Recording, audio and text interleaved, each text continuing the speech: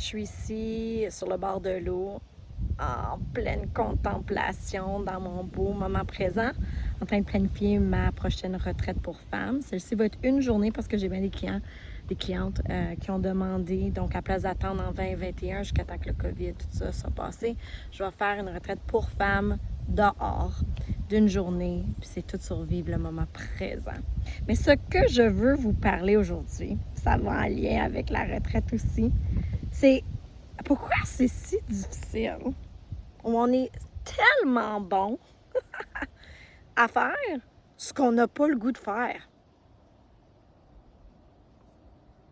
Je la comprends pas, celle-là. Ben, je la comprends, mais je la comprends pas en même temps. Avez-vous déjà pensé à ça? On est tellement bon, on est des masters à faire ce qu'on veut pas faire. On se retrouve dans des jobs qu'on veut pas être dedans, on se retrouve aller dans des parties qu'on veut pas vraiment être là. On est tout le temps, souvent, forcé à faire des choses qu'on n'a pas le goût de faire. Intéressant, hein? Puis, c'est pas tout le monde, mais beaucoup.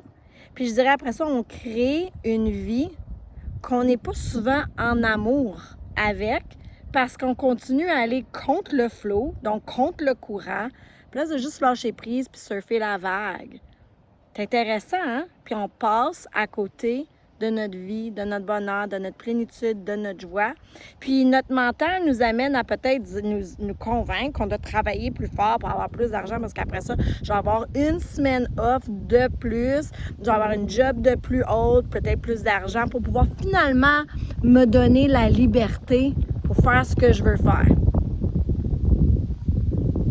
C'est n'importe quoi. Hein? Notre tête, des fois, nous dit n'importe quoi. Je vais vous dire une chose. C'est la programmation de notre enfance. Donc, beaucoup de ce qui se passe, c'est tout programmé avant l'âge de 10 ans.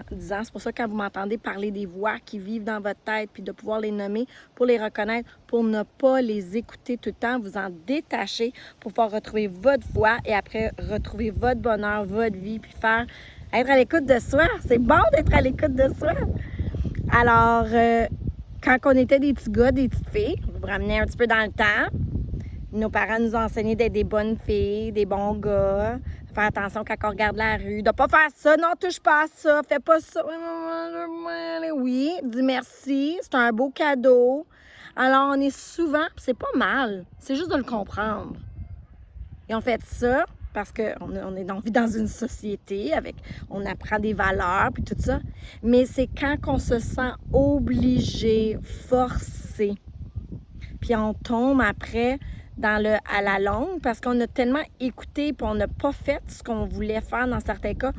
Notre boussole intérieure n'est plus là, elle est éteinte. Elle est là, mais elle est éteinte.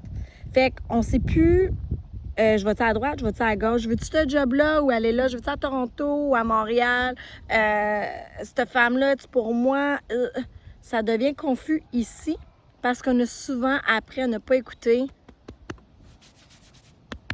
Ça, là, numéro uno. Fait que ça, c'est important, mais si ça devient, puis enterre le tout, ça devient plus difficile. Alors, pensez-y. Est-ce que vous êtes une personne? Est-ce que c'est facile pour vous de vous écouter? Est-ce que vous êtes bon à ne pas vous écouter? Puis si oui, aujourd'hui, tout simplement, prendre le temps de vous écouter. Qu'est-ce que vous voulez vraiment? Ça peut être même qu'est-ce que je veux manger. Qu'est-ce que je veux manger, qui va me faire comme Parce que des fois, dans la routine de tous les jours, on a comme le menu de planifier pour la semaine. Hein? C'est plus facile, je comprends. Mais des fois, on mange de quoi puis on n'a pas le goût de manger ça. Peux-tu manger un tartare si j'ai le goût de manger un tartare, s'il vous plaît? Quelqu'un? T'sais? Fait que travailler avec les limites que vous avez. T'sais, si vous avez une famille, un chum, une blonde, il y a quand même une façon de s'honorer et de s'écouter et d'apprendre à faire ce que j'ai le goût de faire aussi. C'est important. Vous le méritez. Alors, je vous souhaite une belle journée, une bonne réflexion et à la prochaine.